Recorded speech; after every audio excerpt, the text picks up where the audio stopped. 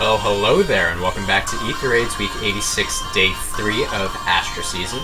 And I've been gone for the past few days. On the last day of the previous light season of Week 85, I was working overtime, and while I did manage to get through my matches for the day, I ended up forgetting to record my defense matches until the last minute, so I only ended up recording maybe 5 of 7 or 8 clips.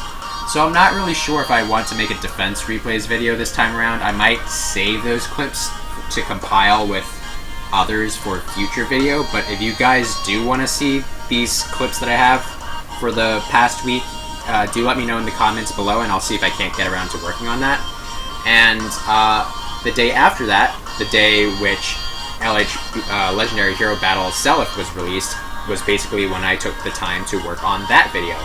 And yesterday I just ended up taking a bit of a break because I was feeling a little burnt out, but here I am again.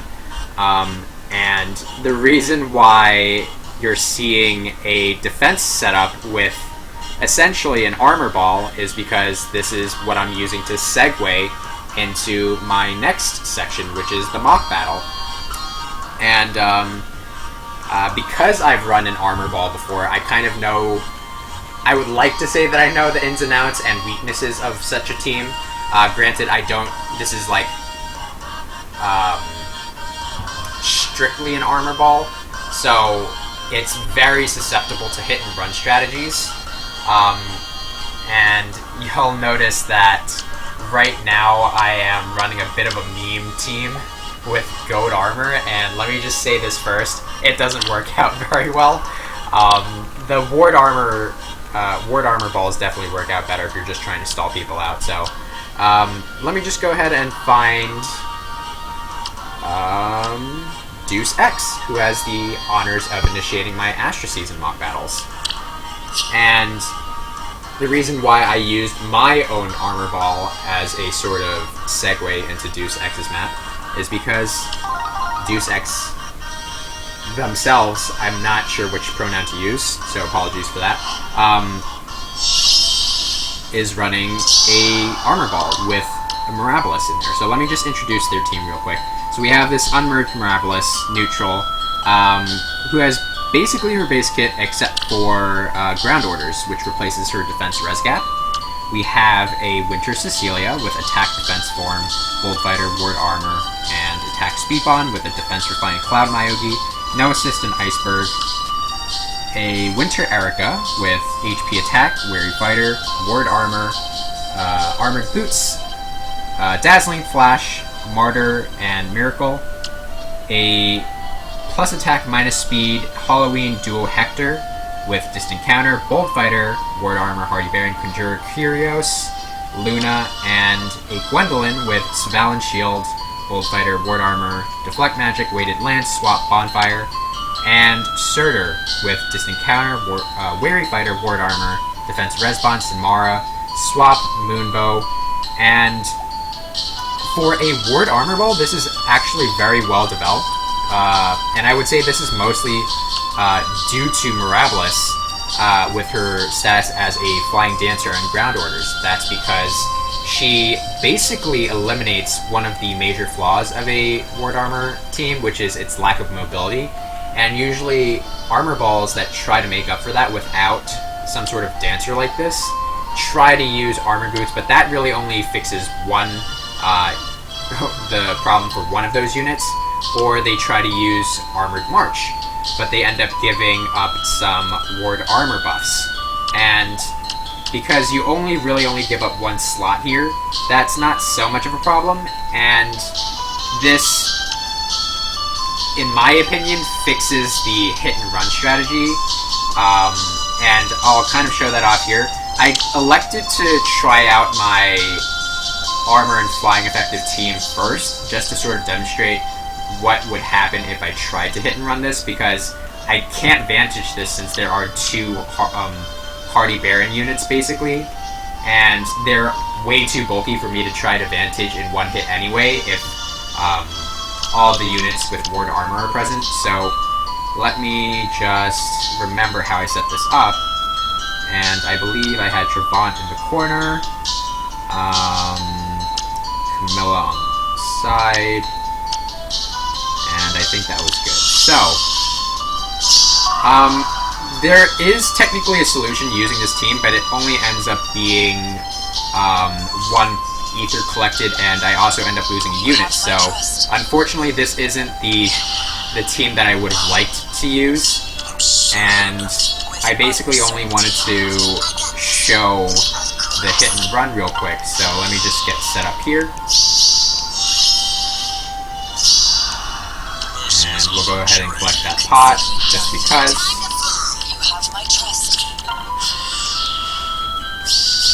And from this position, at first I had used my Smite Altina to push my Flyer Hinoka up to see which unit I would prefer to snipe, and unfortunately Hinoka is unable to take out Cecilia or Surtur. Definitely not this Gwendolyn either, because she's got Svalin Shield. And the one unit she can take out within reach is the Winter Erica. And she could also take out the Hector, but she requires some assistance from Camilla for that. But if I did that, that would leave 2 of my units in enemy territory, which I can't safely retreat. So, what I end up having to do here is to hit and run Gwendolyn. And from here, I basically just do a chain of repositions.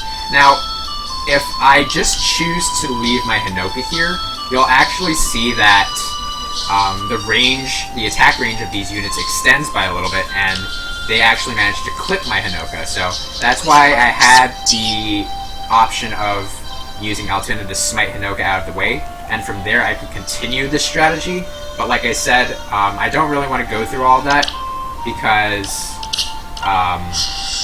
I only end up managing to secure like an incomplete clear, in my opinion, which is 1 unit lost and 1 ether obtained. So there you go, that that Hector jumps out and that Cecilia jumps out in front of the Hector, so that Cecilia managed to clip my Hinoka.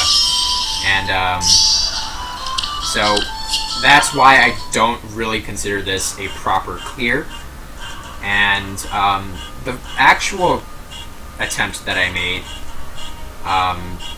is a bit of a gamble, because it makes use of my Gale Force strategy. And it's one that's more so than usual, since it does require the lightning trap to be 30 damage instead of 20, because it requires my Valoria to become a Wings of Mercy beacon in order for the chain to successfully happen.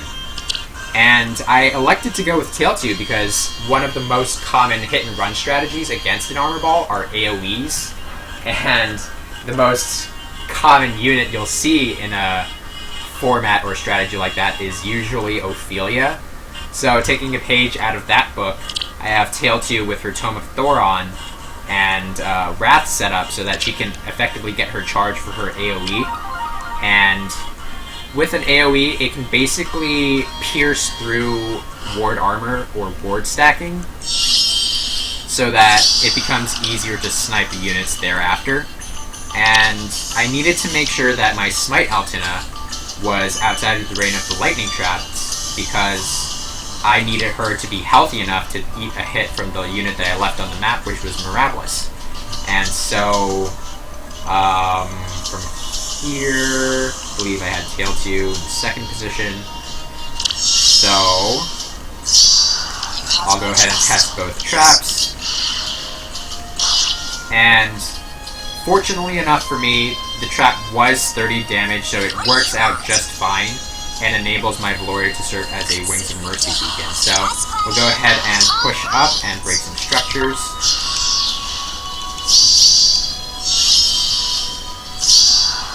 And from here, I believe I needed to have Alphonse go first to break the Hot Spring, Valoria to break the Dark Shrine, and Altina to Wings of Mercy over above Valoria and get Tail 2 to snag the other Ether, and end my turn. So one thing I had to pay attention to here was that Tail 2 naturally actually has more attack than Alphonse, who's the bonus unit this week.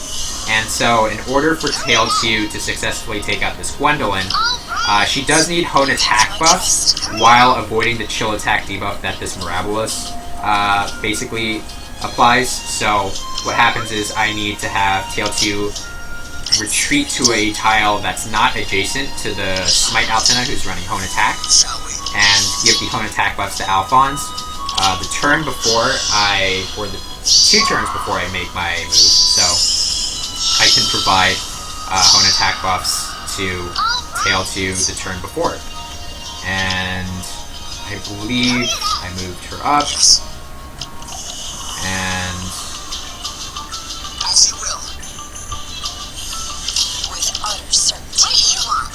move my units like so that all of my attackers receive Hone attack buffs.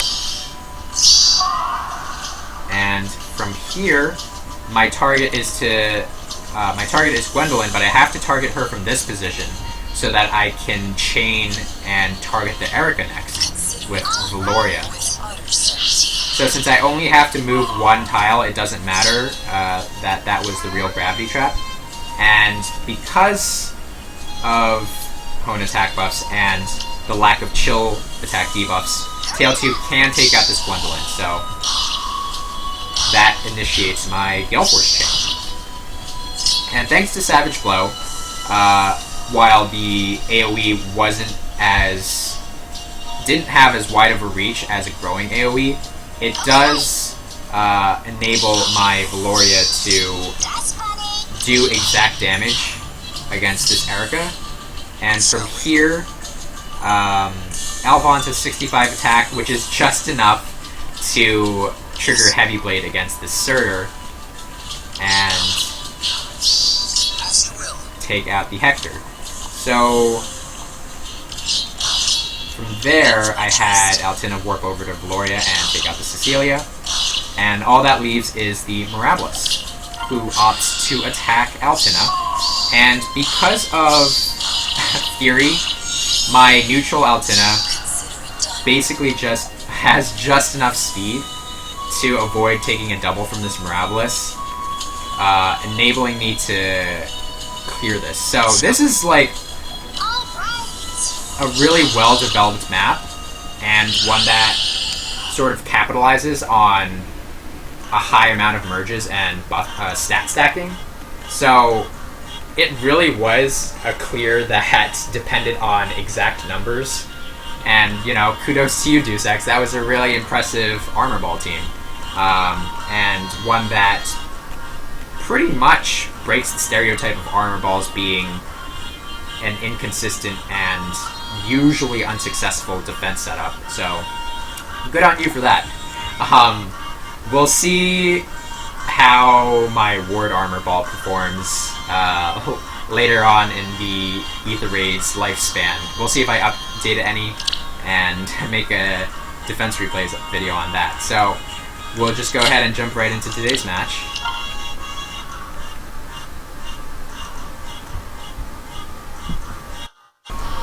Alright, and I'm back, and we are up against a Japanese player who goes by the name of Gusan or Gussan. So that could be Gusan or Mr. Gus. I'm not entirely sure which one it is, but let's go ahead and check out their map. And we'll go ahead and introduce the team first. So we have a +1 Legendary Zura, who's running Triangle Adept and all of the movement assist options. And then we have a +4 plus attack Ophelia, running Fury instead of Life and Death, and Distant Guard.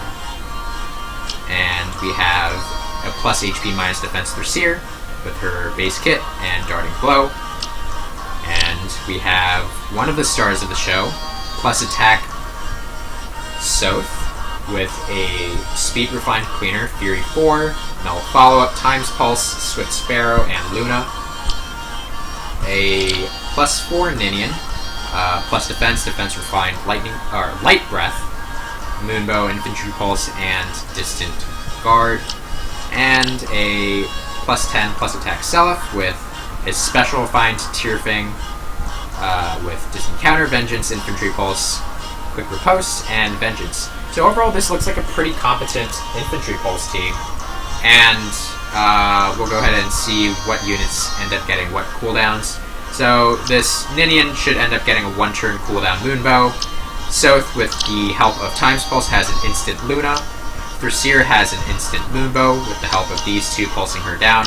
And Ophelia would have ended up having a instant Blazing Wind regardless of pulse because she has 3 mage allies, including herself, thanks to her missile tank. So, taking a cursory glance at this, I felt like I could attempt a Gale Force clear on this, but again, since there is no Duma, it does require the lightning traps to do at least 20 damage, so it does end up being a gamble on that end. But the way I thought I would go about doing it is is that I would need to test these 3 traps at the very least, or test these 2 traps if this ends up being the real lightning trap, and then I would have to also clear out this Panic Manor, so that I have an extra tile to attack the Seliph from, because I need to attack occupy one of these 2 tiles to engage against Ninian with my Kagero, so that she can spread some damage to the rest of the defense team. But before I would do that, I think I would want to take out this Bright Shrine, because the Bright Shrine usually does affect my Kagero, so that Kagero can actually take out this Ninian, because without, or with Bright Shrine debuffs, Ninian or Kagero would have 61 attack, I believe, after Hone attack. So that would mean that she falls a little short of being able to take out the Ninian. But without the Bright Shrine debuffs, Kagero reaches 67 attack, and she ends up doing 30 damage from AoE and 26 damage from in-combat damage. So that ends up being 56 damage, and just enough to eliminate the Ninian. So that's why I think that this is crucial. One other way that I could potentially go about doing this is to use a turn before I initiate to allow Valoria to transform, so that she ends up soaking the Bright Shrine debuffs, and then provide Hone attack buffs for Kagero the turn prior, so that I could still eliminate the Ninian. Though I'm not too keen about doing that, because I do want Valoria to be able to trigger Gale Force herself. So that either means that she has to engage the Seliph. Well, that I guess that means that she has to engage the Seliph, because either the Seliph counterattacks, so that it doesn't matter whether or not I trigger Flashing Blade due to Vantage, or Valoria is able to outspeed check the Seliph because he's the one with the low speed. And this Thrasir, Ophelia, and Soth would likely have enough speed to avoid getting doubled by or properly sped checked by buying Valoria's Flashing Blade. Though I don't remember if Dragon Breath skills that had an AoE effect procced after the unit died. I feel like they did, similar to Stabs, so if that was the case, then I could have Valoria soak the Bright Shrine debuffs, because if the Light Breath ended up proccing after Ninian dies, then everybody here ends up getting debuffed actually instead of buffed, because I have the Panic Manor lined up perfectly where this defense team is. So if that happens, then I shouldn't need to break this, but I can't confirm that without actually eliminating Ninian first or engaging her. So I feel like it would be safest to try to at least break the Bright Shrine if I have enough turns to work with. And so yeah, we'll just go ahead and see how things play out first, and act according to the situation.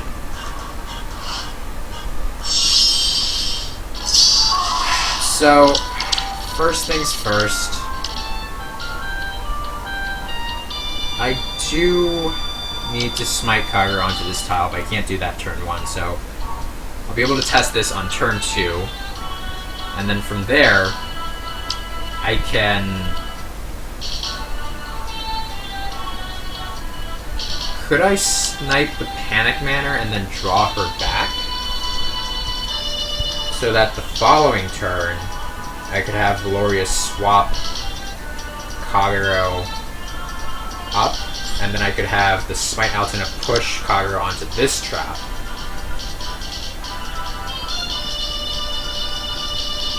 So that means I wouldn't have to take as many turns to try and get set up.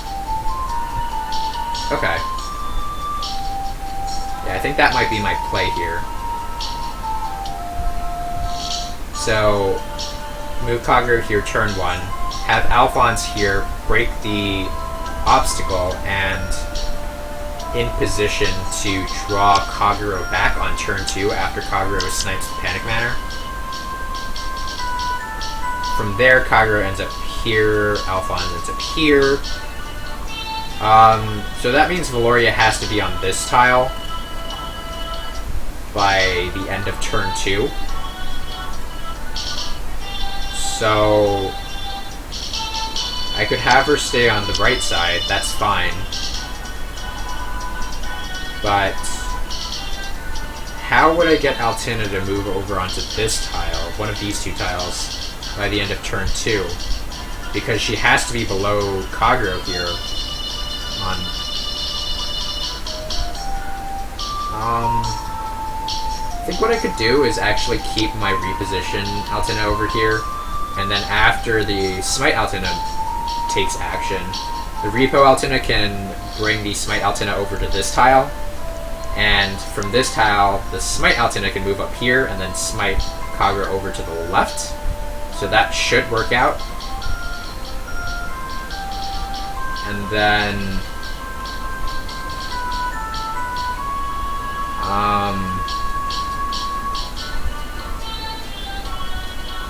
after that, I'll have to retreat and then test this gravity trap, and then see what I can do from there.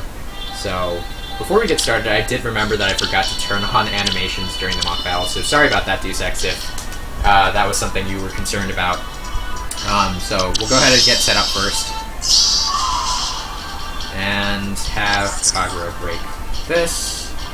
Or Alphonse, it doesn't really matter.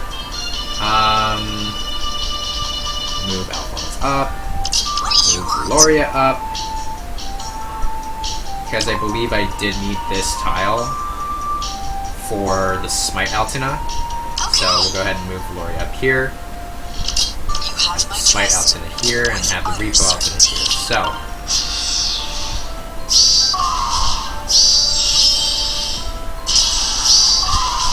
I shouldn't need to rely on my Bolt Tower this time around because I'm not certain I can make my move by turn 3 anyway. And Kagura does enough damage to knock Seliph outside of his 50% Miracle Claws, so that should be fine. So we'll go ahead and smite up first. That wasn't the real trap. Oh, I kind of screwed up already. I was supposed to have this Altena below so I could repo her over. Then again, that would have taken another turn for this Altena to get into position anyway, I think. So,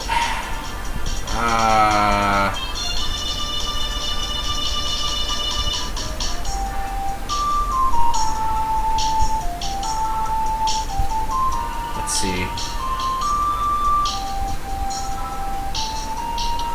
I guess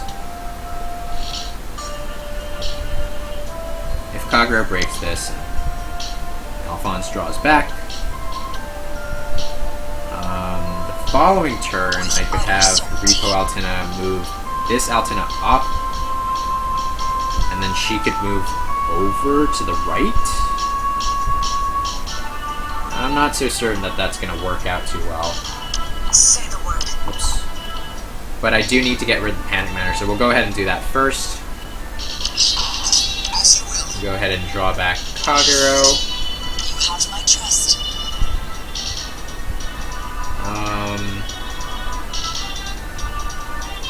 And then I have to repo her up.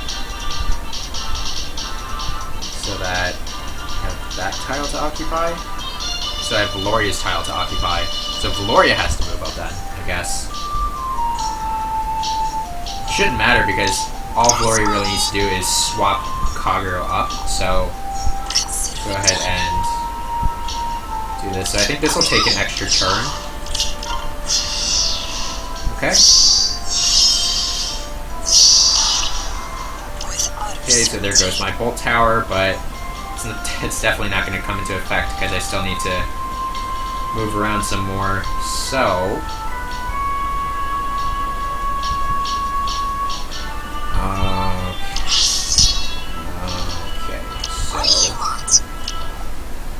I'm gonna have to take an extra turn.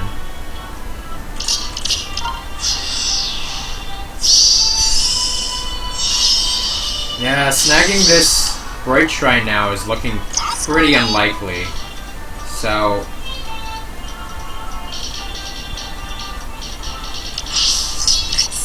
go ahead and push Kagero here. So that was a 30 trap. Okay. Now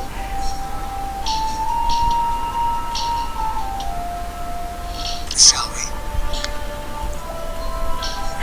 What turn is it? Turn 4. Assuming I give up on the Bright Shrine.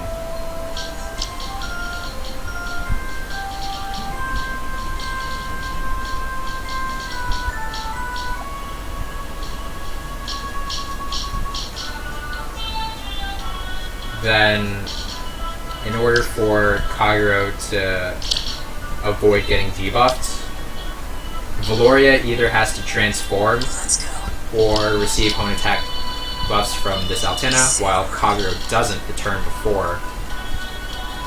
And that set it up so that she does the turn that I want to initiate on. So With utter certainty. from there,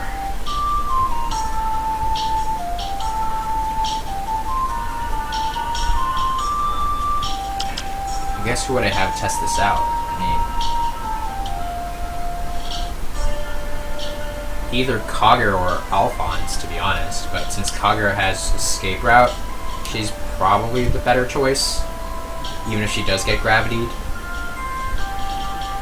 So As you will.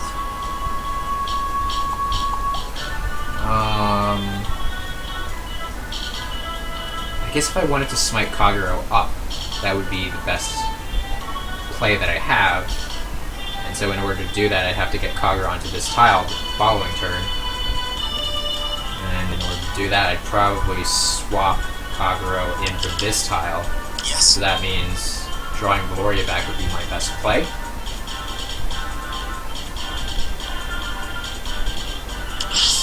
Let's go. Move Kagero here. And then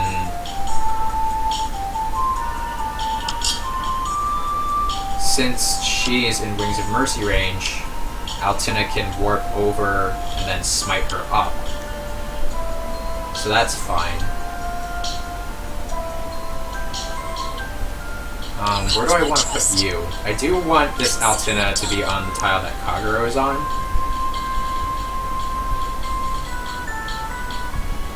So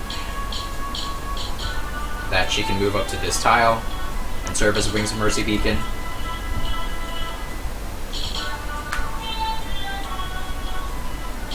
You have my trust.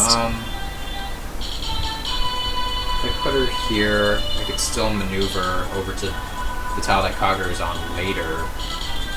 But that might take 2 turns because I do have to swap Valoria onto there. So turn 5, Valoria swaps. Turn 6, I move away. That's not ideal. I think this Altina has to end up moving on to the tile that the Smite Altina is going to be on later. So, or that the Smite Altina is on right now. Okay, so we'll go ahead and do that.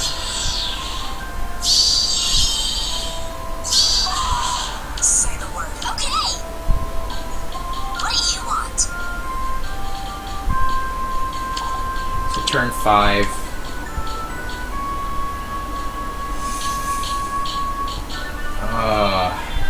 I don't know about this. Yes, buddy.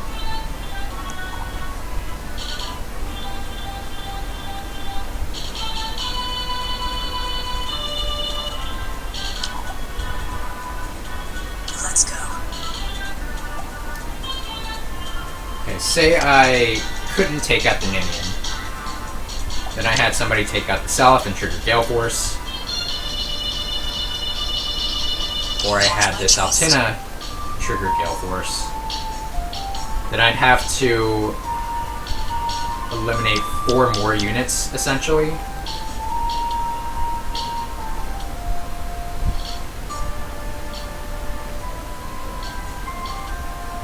One of them definitely has to be Thracier, because otherwise she's going to attack my Kagero.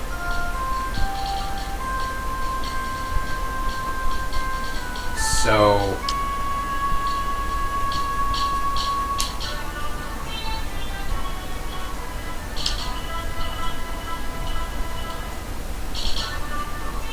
assuming the same unit can take out the Ninian as well, that would mean most likely that I'm left with the Soth and Ophelia.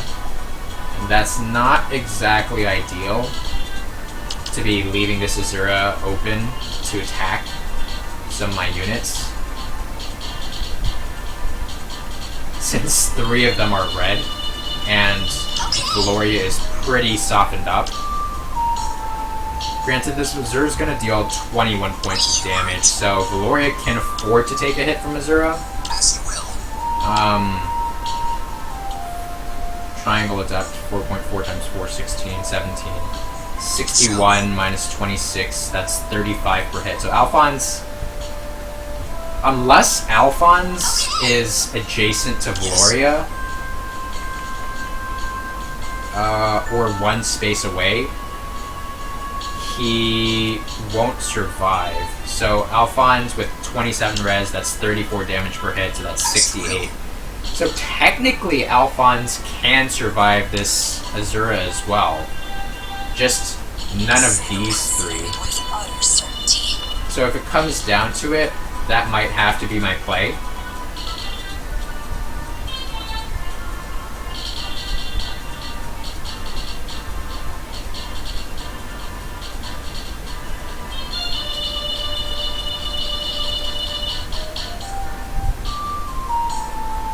Consider it done. Okay.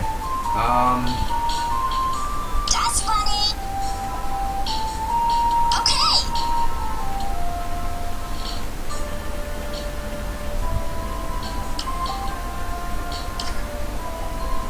What do you want?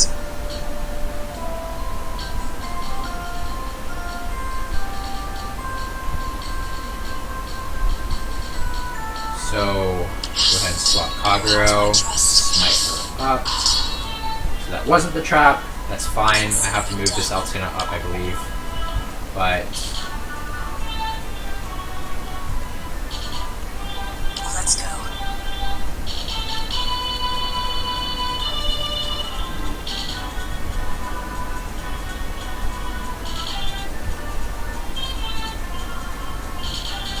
go ahead and put Kagero adjacent to the Altina.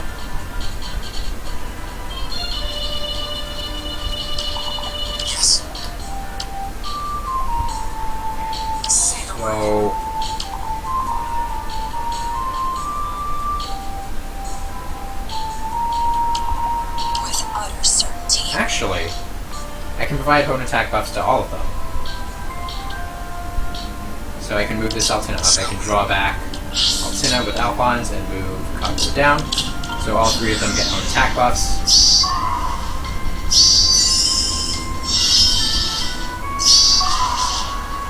Okay, and then from here, Hold my trust. go ahead and put the reposition Altina over here. Let's go. Kagero warp over. So yeah, unfortunately she won't be able to take out that Ninian. Since she is debuffed. But if I have this Wings of Mercy Altina take out the Salif, so that Kagero and Altinas are outside, having my two Gale Force attackers move in and basically being here only allows Azura to maneuver onto these two tiles. But since nobody's on these two tiles, then the Azura can only attack Valoria and Alphonse. So that should be a safe play for me. Okay, so from here, go ahead and have Kagero initiate on Ninian.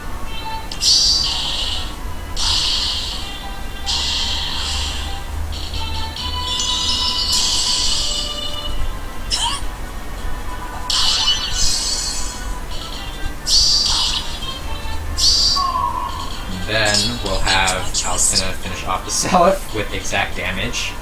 It was all planned, guys! It was all planned. And then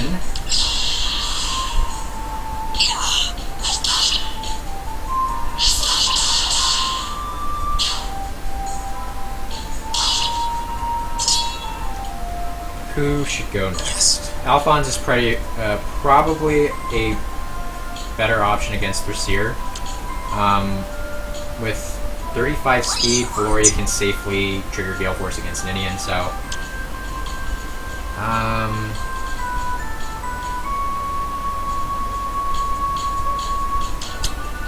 the problem is, will Alphonse be able to take out this Ophelia? So he'll be at 72 attack, 60 attack with triangle disadvantage.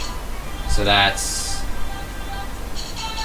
60 minus 23, which is 37. So that's fine. Okay. So we'll go ahead and do that then.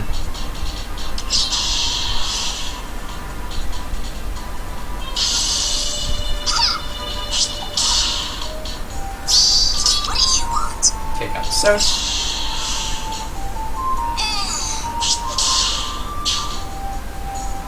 Have Alphonse warp on over and take out the Seer.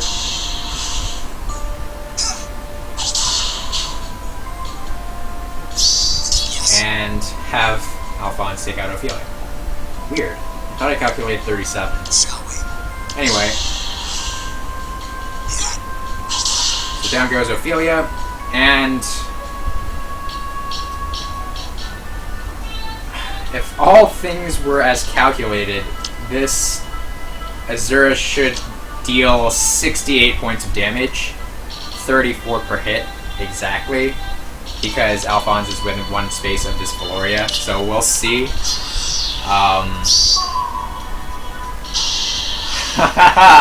Alright, 69 HP memes, baby.